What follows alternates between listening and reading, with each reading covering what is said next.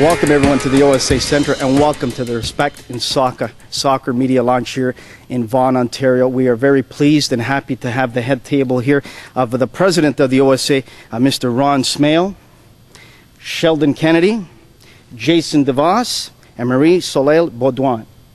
Obviously here we are very pleased to have the Mayor of Vaughan, the great city of Vaughan, Maurizio Bevilacqua. And right now we'd like to have the Mayor, Maurizio Bevilacqua, come up and say a few words. Mayor?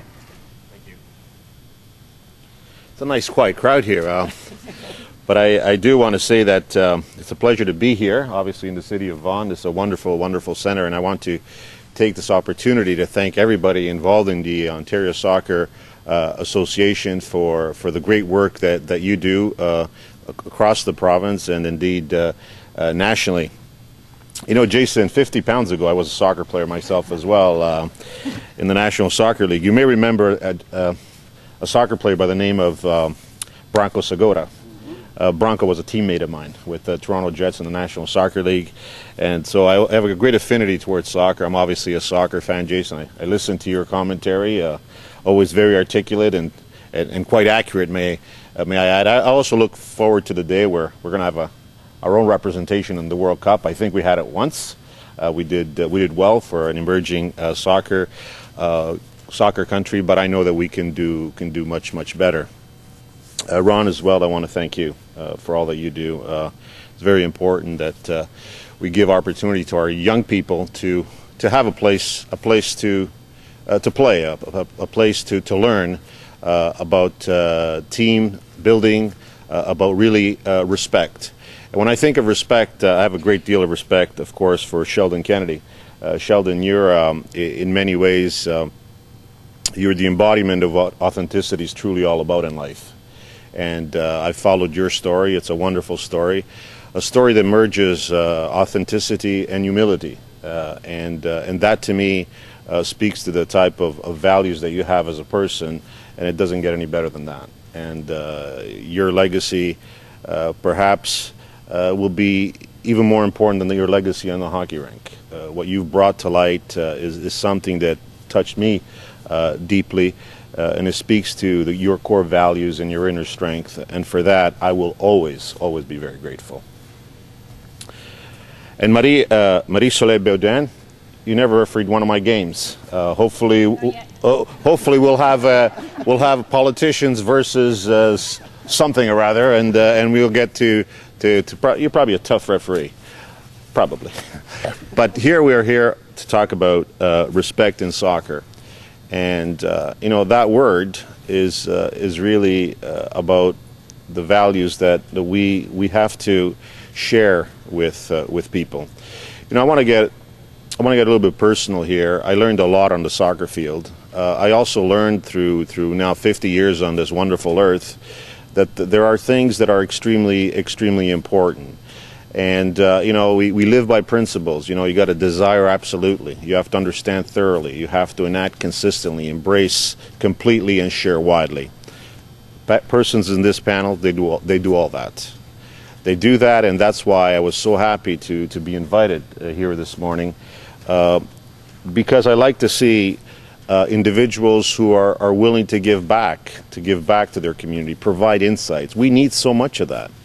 We as people require that type of attention. We need that type of nurturing spirit, and this table is full of it. Like, it's full of that type of wisdom that we all require.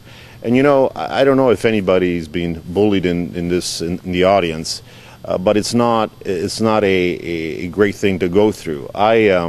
I first immigrated to the United States of America. My port of entry was New York City, and I lived in Philly. And for those of you who know that city, it had a lot of tensions back in the 70s, and people were kind of tough. That's a tough city. And as an immigrant boy, I remember being pushed around, not knowing the language, and bullying finds its way in different ways. It finds itself in hockey rinks and soccer pitches and everywhere. But that's what our responsibility is. And so when we talk about respect, we also should be talking about our responsibilities as individuals to make sure that if we ever find out that people are being bullied, that people are being harassed, that we stand up for them. And that's what today is truly all about. And I'm very, very grateful to the Ontario Soccer Association for the wisdom to hold this special communion of people, may I say, so that we can, in fact, help those who are in need. I'll of course leave now the word to people that know a lot more than I could ever know. But I want to thank you on behalf of the City of Vaughan for doing this for us. Thank you so much. Thank you. That was the Mayor of the great City of Vaughan, Maurizio Bevilacqua. Thank you, Mayor, for those nice and kind, passionate words you had about what we're here for today. And now I'd like to welcome the President of the OSA, Mr. Ron Smale. Thank you, Anthony. Good morning, everyone. It's my pleasure and honor to be here today with our distinguished guests and Mayor and all of you who are here to support this terrific launch. I'm really excited about where we're going here at the Ontario Soccer Association, and this is another one of our programs leading forward. I had the experience to meet with Sheldon and Holly approximately a year ago, I'm going to say, maybe a little longer than that. And through that was introduced, along with Russ Turnbull, president of the YRSA, to the Respect in Sport program. And we had some great discussions back then, which has really brought us to this day, whereby they were able to take the Respect in Sport program and actually tailor it to Respect in Soccer. And as a recent graduate of the program, and I'm very, very proud to say that, a recent graduate, it is a fantastic, fantastic tool for not only our coaches, but for anyone in sport in this country. It's going to lead us in the right direction. And what I'd like to do is just spend a couple minutes talking about some of the highlights of the course that I picked up through my I'll call it training session. And having been a past coach within the Ontario Soccer Association, one of the first key points that came up in the presentation was the issue of power. Power of power, the power of power. And it was really exciting for me to watch. And it never dawned on me or realized how much power I have over a youth, over an athlete, over someone who I'm coaching, who I'm bringing knowledge to the game. And it really opened up my eyes and my understanding to know that I was in a position of power. And it was very important for me to exercise that in a very positive, proactive way. Another component of the program is the emotional development of our athletes. It helps our coaches understand what's happening with respect to the environment they're in, the environment that our athletes in. It's a charged environment, lots of things going on, lots of outside factors that affect players and athletes moving forward. And then, of course, the key issues, some of the key points of the actual Respect in Soccer program is the issues of bullying, harassment, abuse, and neglect. And I'm disappointed to say that it is out there. And as leaders of this community, it's important that we in charge and impact everyone that we possibly can to identify what we see and what we observe, but more importantly, to take uncommon courage to stand up and say that that's wrong, it's improper, and we as leaders need to correct that. So this whole program, this whole series of vignettes that you'll see on the program, and I urge every one of you to go to our website, log on, and you can take the course. You can do it in short segments, or you can do it all at once. Really impacts and will impact the game of soccer. As I mentioned earlier, this is the part of change that we're making with the game. We want the game to have respect. We want the game to have dignity. We want our players and our officials to be safe all the time. This program is going to take us there. And as president of the association, I'm very proud to say that we have purchased 20,000 licenses to distribute across the province to our coaches and to our leaders within the soccer environment to really get this message out there and take the game of soccer to the next level. This is really about providing each and every one of us with an educational toolkit, and I just can't help reflect how things come to a conclusion or to a solution whereby you meet two great people in Sheldon and Holly who have brought a new dynamic to the Ontario Soccer Association. Many times you've heard me say that we're the engine of Canada, the Ontario Soccer Association, and I see other provinces across this country, across this nation, both Sheldon and Holly, in stepping forward and doing what we're here to do today. So again, I urge each and every one of you to log on to the Respect in Soccer logo and take the course. And again, I want to extend my thanks and my gratitude to Sheldon and Holly for leading us here to this very important day. Thank you.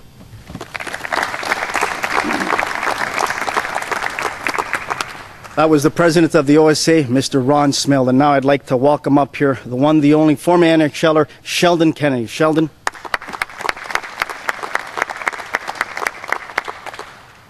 Thank you very much. Thank you, Mayor, for your kind words. It's never the Sheldon Kennedy show. There's always people pulling on the rope, and the OSA is showing a ton of leadership here in all their districts and their clubs. We've spent a lot of time here, and have met some great people. And nothing ever happens without good leadership. So we've seen that here, and this is the first province-wide initiative in soccer to do this across the country and across the North America, in that fact. So congratulations to OSA. And I'll talk a little bit about Respect in Sport, Respect Group Inc., which I'm a co-founder of. We've been dealing with these issues, abuse, bullying, and harassment issues for 14 years. And we really deliver Red Cross curriculum. We've reached over 3.5 million youth across this country in the schools. And the Red Cross are the ones that developed a Speak Out program for Hockey Canada. And we developed the program because it came from Bob Nicholson from Hockey Canada. He says, if you guys can outsource this and deal with these issues for us, bring it on. So that's what we set out to do. And the goal was to create one program for all sport, one message. The issues aren't unique from sport to sport. Whenever there's adult, child, they're the same. Abuse, bullying, and harassment is the same. So one other thing we learned is that we don't want to set out to catch the bad guy. These issues carry enough fear. The issues carry fear, and why do they carry fear? It's because we don't understand them. We don't understand them. If we walk downtown Vaughan or downtown Calgary or wherever it may be and ask people, can you give me the definition of abuse, bullying, and harassment, illegal responsibilities around it, the odds would be pretty good that we wouldn't get the right answer, but yet we expect everybody to do the right thing. So the whole goal here is to focus on the 99% of good people and give them the tools to be better. You know, and most of the time, if we're a good coach on the pitch, you know what, we have 20 kids that are looking up to us, and we may be the only trusted adult in their lives. So we better know how to handle a situation if they come to us and ask us for help. It's not about us being a bad coach. It's about us being in a position where we have the ability to really shape the lives of these young people. And that's the most important part here. Less than 1% of people that sign up to participate in sport ever make a career out of it. So, you know what, we better, you know, and I've been told, and I kind of understood this too, is that it doesn't really matter what happens in your life. If you're going to make it, you're going to make it. The reality is we better start focusing on creating good people, because I think that's what sport's all about, and what a gift we have to do that. So the whole goal here is to really create a platform for conversation to happen. We're not the end-all be-all when it comes to these issues, but we've created a vehicle where, in this case, you know, it can be a tool. You know, I know that it's going to be mandatory for people in the OSA at certain levels. And what happens is that, you know what, if there is a situation, we can have a conversation around it. But right now, the issues carry so much fear because of lack of understanding that Johnny not making the travel team isn't abuse. But we throw that word out there so freely. And then the hair in the back of your neck stands up, and you know, you can imagine what goes on from there. So the whole goal is to create a platform for conversation and to be able to deal with these issues, you know, in a very positive and preventative way. And we have been successful. We have had research done on our program We've trained over 200,000 people across this country and abroad. We are not only in sport, we're in schools, and we also do workplace. So the goal here when creating this program was to really bring these issues down to street level language. And that's kind of what I bring to the table, is dummy it up a little. And, and that was what's important. And, make it so that we can understand what's going on. I know that a lot of times when we even want to look at this stuff, it's overwhelming. So the whole goal here is to give people the tools to understand and to handle and to deal with these issues when they're sitting in front of them, and not be a bystander. How many times have we ever had a gut feeling about, I don't think that's right, but we'll just throw the blinders on and just that person will just keep doing it, and we'll just talk about it on the car on the way home or around the coffee table or whatever. And I know in most situations that blow up to be a major problem, there's many people around that situation that have an idea of something's not right here. And our goal is to give them confidence to act on their gut around these issues, and that's it. So in closing, I just, like I say, I've met some great people. The Ontario Soccer Association, we've been, chatting with these individuals and with this organization for a while now, and Holly, who's our colleague here in Ontario, with Ron and Jason and Marie and Matt, and like I say, it takes leadership to make things happen. And we've seen that here, and we've seen people that want change and want to be better, and we can all be better. And and I'm not just talking about these issues. I'm talking about the game and where it's going, and I think that that's important. We can never be idle. We always want to be better, and this is part of it. And we've learned enough over the last 14 years that, and we understand that this respect makes us better, period. And makes us not only better players, not better coaches, but makes us better people, and that's the most important piece. And on that, I'll leave it at that, and just grateful to be here. Thank you.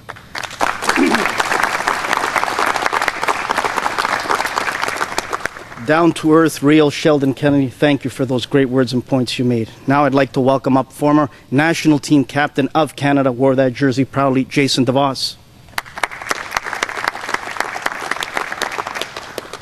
Thank you very much. I'm really pleased to be here today, and very pleased to be involved with the Respect in Soccer, Respect in Sport program. And Mayor, thank you for your kind words. Perhaps we'll have a media versus politicians game in the near future that we can compete against. I was very, very fortunate to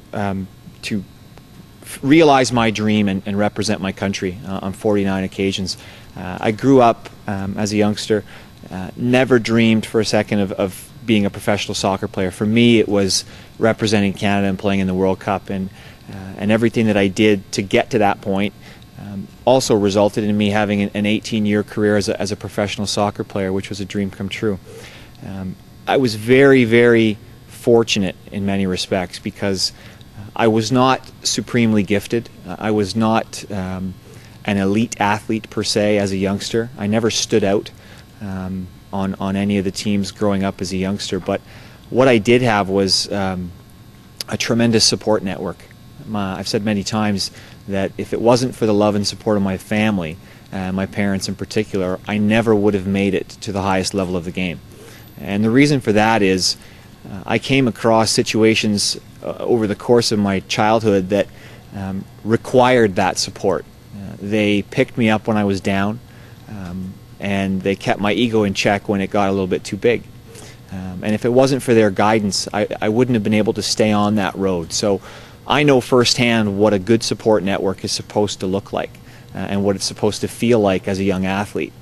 And since I retired from my playing career in 2008, I've worked in the media, and for the last 6 months I've had the very good fortune of being the technical director at Oakville Soccer Club. Many people refer to Oakville as the biggest club in the country in terms of the player base and the registrations, which is true. But I've said from day one when I joined that I don't want it to be referred to as the biggest club in the country. I want it to be referred to as the best club in the country from the standpoint of player development, coaching development, and refereeing development. And we often refer internally at the club to becoming a center of excellence for those three components. And the only way that we can do that as a club is if we create an environment for all of our stakeholders that is welcoming, that is non-threatening, and that is conducive to learning. And I've seen, while I had a very good support network myself and my parents, I've also seen former teammates of mine when I was growing up fall by the wayside because they didn't have the benefit of that kind of support network. I've seen players far more gifted than I ever was not make the national team, not play professionally, not fulfill their potential because they didn't have that support network from their parents who perhaps felt that by pushing their children harder that would get them to that level, when in fact what they needed was a reassurance from their parents to keep them going in the right direction when things didn't go well.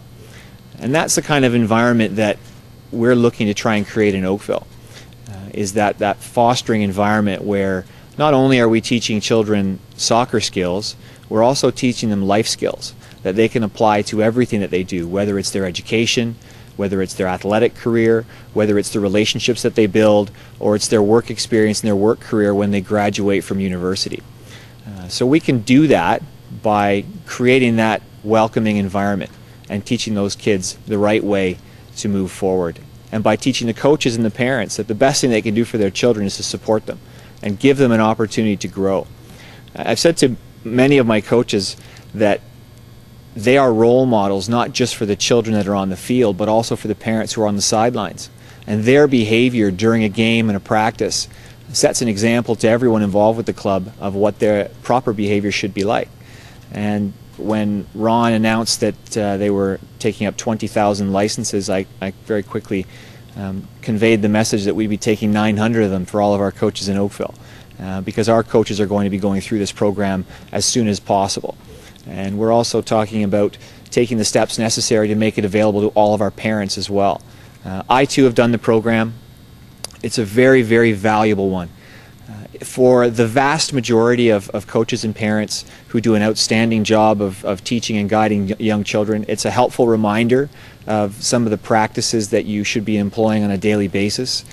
For the very small percentage who perhaps need a little bit more guidance, it's a very friendly and welcoming way to give them the right messages in order to turn that behavior around. And if we can do that, and if we can create those centers of excellence from coaching, referee, and player development by empowering people involved with the club to take the right message and to convey the right message to those children and create that environment for them to grow. Not only will we be creating better people, but we'll also be creating better athletes, better soccer players, which I think everyone will agree would be in the best interest of the game in our country. We would love to get back to the World Cup.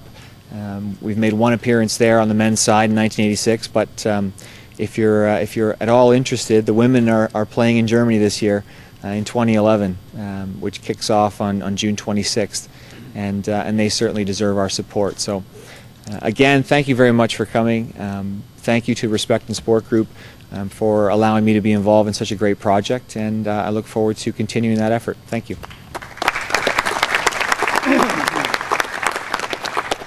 And thank you, Jason, for representing this great country of Canada of ours when you played for Team Canada. Thank you. Right now, I'd also like to welcome up here is Marie-Soleil, Baudouin, OSA Provincial Referee.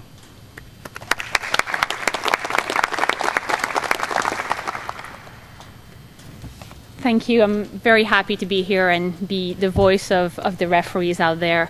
I too am a graduate of the Respect in Soccer program, and when I think about the word respect from a referee perspective, I like to see the coaches admitting and accepting that referees make mistakes.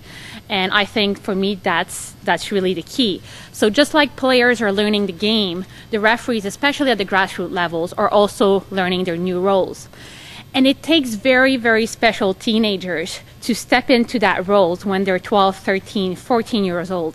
Because we ask them to take a role of leadership at a time when they're still forming their own independence and still forming their own identity. I started in the refereeing world when I was 20 years old, and I think for me it was actually a good thing, because if I had started like a lot of my young referees are, I'm also the head referee for Guelph Soccer right now, I don't think I would have made it through the challenges that lay ahead of them. So the Respect in Soccer program really stresses the power and influence of coaches that the coaches have over their athletes. Well, coaches also have to realize that they have the same powerful influence over the young referees that officiate their games. So it's very important for those referees who are building self-esteem at that age to be supported by coaches and by parents on the sidelines as well. One of the components of the program that really stood out to me for its relevance to referees was the part on emotional control. When I was a head referee back home in Quebec City last year, I had a young referee. Her name was Charlene. First-year referee, was 14 years old. And if Charlene was here, or any other 14-year-old referee here with us right now, nobody would want to yell at them, because it's a calm, cool, collected environment. On a soccer pitch, sometimes it can be very different. Emotions run really high, and sometimes they run higher on those mini soccer pitch than they do at higher level games with older age groups. So, unfortunately for Charlene, she encountered one coach one time during a mid-season whose disappointment for his own team translated into disrespect for her. So after 50 minutes of abuse, dissent, and everything else that we hear about, that was her last game as a referee. And the sad part about it is that it's not, she's not an isolated case. So we lose a lot of referees every year that we train, and most often the reason that they give is abuse and dissent from coaches and parents. So the Respect in Soccer program, I think, really raises the awareness of coaches to the roles that they have to be a role model for themselves and their players, and also to the parents on the sidelines. And this is also one of the main challenges that we face as a soccer community, is to educate the parents on the sidelines. And I was very happy to see that the Respect in Soccer program also has a parent component to educate parents and raise awareness to parents of what are their roles on the soccer pitch. So just to conclude, just by decreasing the abuse and dissent that we can see on a soccer pitch, we improve the experience of the young players, obviously, but also the young referees. And we'll ensure that they persevere in their roles as referees. So we're basically upgrading and improving the overall quality of refereeing across Ontario. And I think it's not only the referees that will benefit from it, but like the players and the coaches and the overall game. Thank you very much.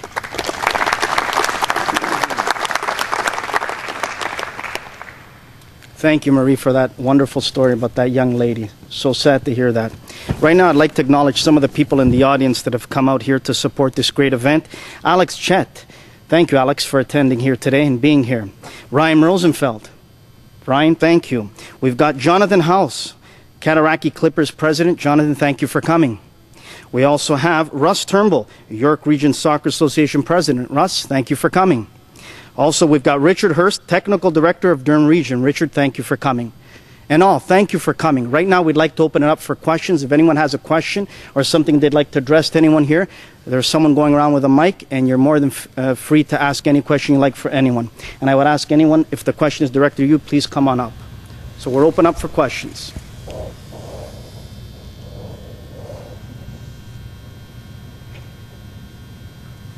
No questions? I'll start with one. Sheldon, I have a question.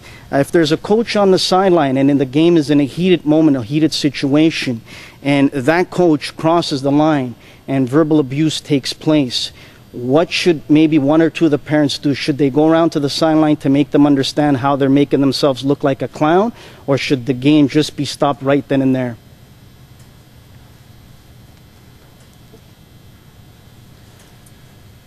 Easy question. Well, I think the goal here is that again that I think that, you know, what are we teaching our youth as their parents standing on the sidelines watching this happen?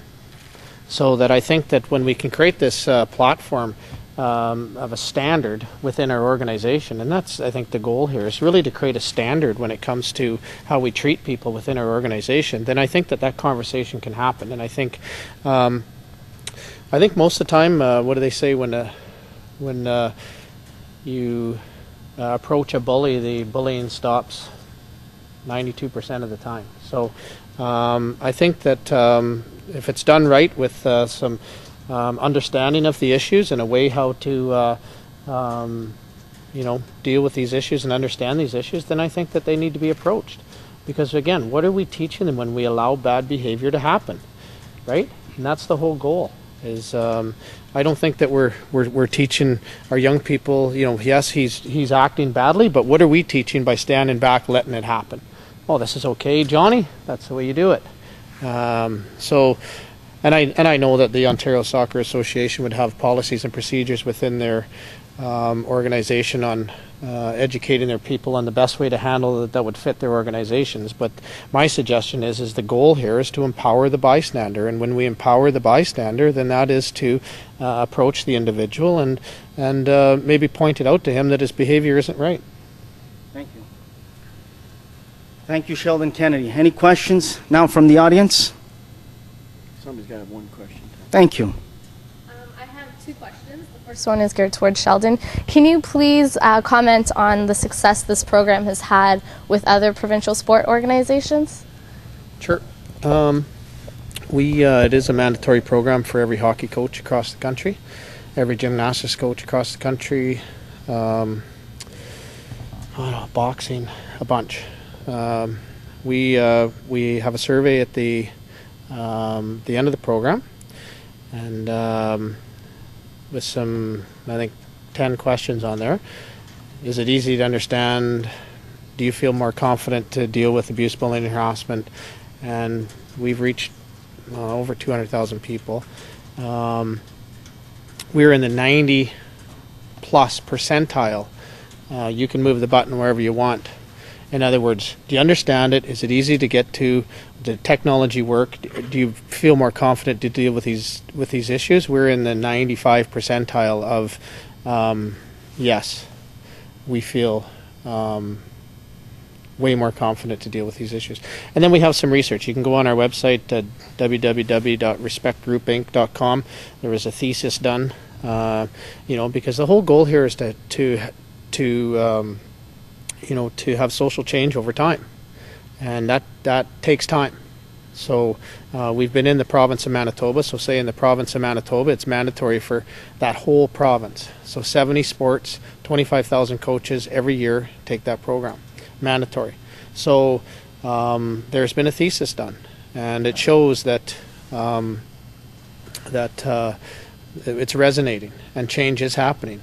The abuse and the bullying words aren't thrown out there. It's like, geez, that wasn't very respect and sport like.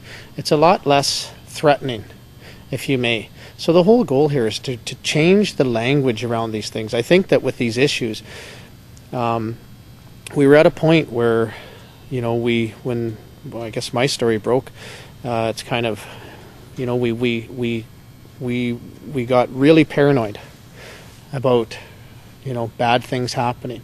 And I think in society, and especially in sport and society, schools, whatever, if you had a program like this in place, that meant you had problems.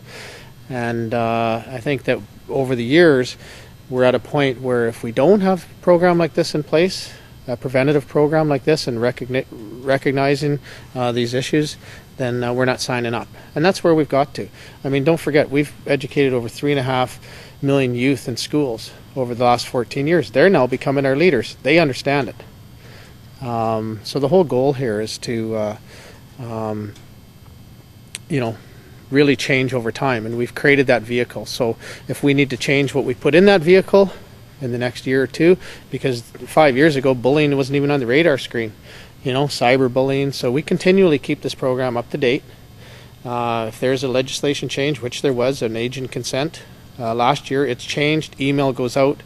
Everybody understands it. So it's a living, breathing program with these issues. Jonathan House, question? Ron, a question for you. What are the OSA's plans to make this mandatory for the whole province, and how will you roll it out? For example, not just competitive coaches, but house league coaches as well. That's a very good question, John, and under the leadership of Alex Kiet, our Chief Technical Officer, we will be moving to making it part of the licensing process, part of the certification process for our coaches moving forward. So you're right, we need to drive it to the grassroots level, and one of the challenges will be when mom and dad are sort of handed a bag of balls and said, here, help us out. That's where we're really going to have to base and get the support of the foundation of our clubs. Just piggybacking a bit on Sheldon's comment, this is about best practice. This is what this tool will provide to us. And so in the interim, yes, it is a volunteer program, but we will be working to make it mandatory over the next 12 to 24 months. Looking forward to that process. I just want to piggyback also on a comment that Marie made. We have turnover of 4,000 officials every year in soccer. It's huge. And it's because just the way people act and disrespect. So this is a huge, huge toolkit for us because from my perspective, we should see that number plummet. We should see it plummet. And I know that Nikki Pearson, our referee management, our manager of referee development, will be getting that message out there through our DRCs and through our assessors and our instructors to get that message to our referees and allow more people to participate. We have 70,000 coaches in the province, and we have over 11,000 referees. So the challenge ahead of us, of course, it's a resource issue, but this is very important. And as president of the association, I want to see us carry this program forward, expand it, make sure that we reach the very, very grassroots level of this great game. Thank you, John. Thank you, Ron. Questions from anyone in the audience again? I have one question, Jason, directed to you, and I think this is important as a parent of two boys, and maybe at the OSA and Ron Smale as well. If the young boy, the young girl is afraid to talk to mom and dad about a situation that took place on the field or at the practice, maybe some abuse of verbal or other abuse, and they're just afraid, and maybe they're afraid to go to the authorities as the police, is there a specific phone number in confidence, in private, that this young man or young girl can call?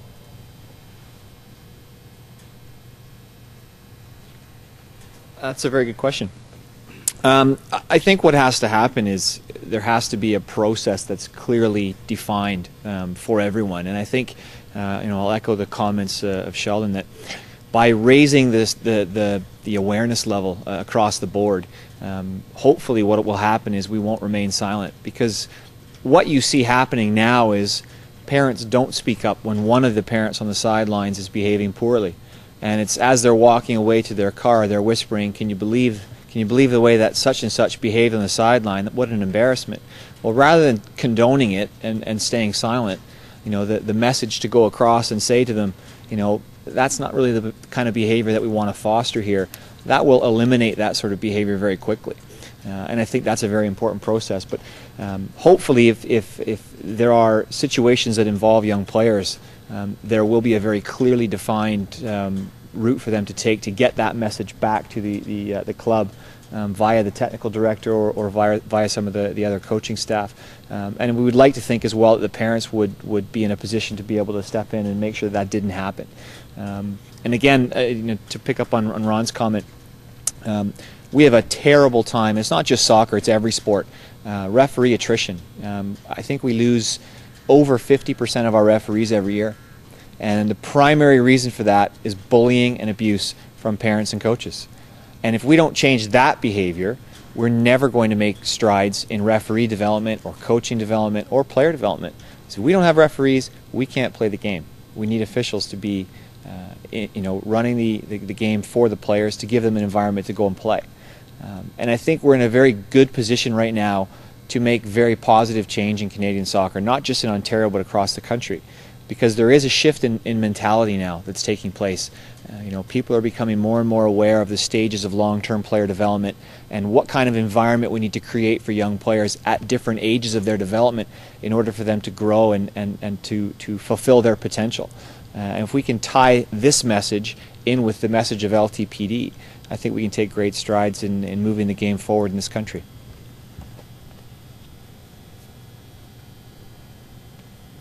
Thank you, Jason. Last call for any questions from the audience. No, thank you very much for attending this wonderful conference. Thank you again, Ron Smale, Sheldon Kennedy, Jason DeVos, and Marie. Thank you again all for attending this great conference.